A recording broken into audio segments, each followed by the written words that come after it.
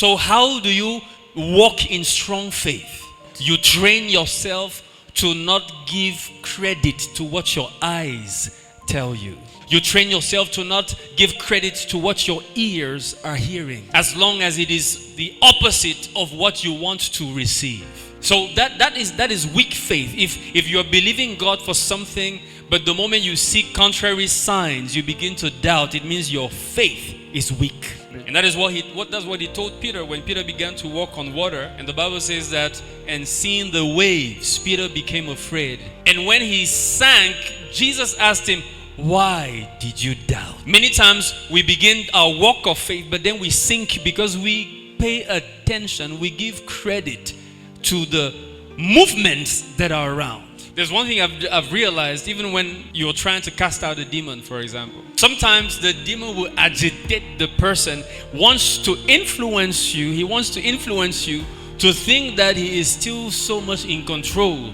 And if you believe what your eyes see, you will never be able to cast out demons. I'm telling you. That is why it is futile to interview demons. I don't know why people interview liars. You don't expect them to tell you the truth. So don't pay attention to the facts which are not the truth. It is true that what you're experiencing it, but there is a higher truth. Stay focused on that higher truth. Abraham's body was dead.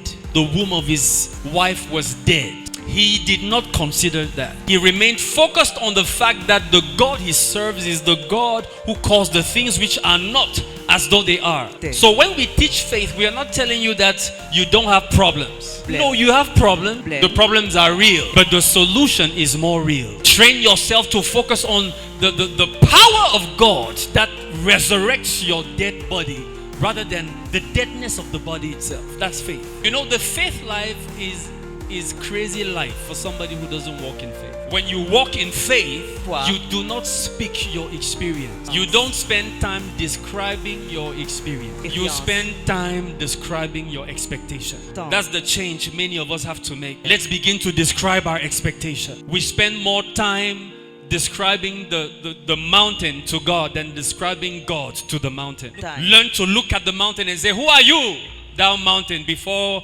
Zerubbabel? Who are you before me, a son of God? Who are you before my God, the Lord of hosts? Focus on his greatness. I am telling you, we serve a God who has no impossibilities.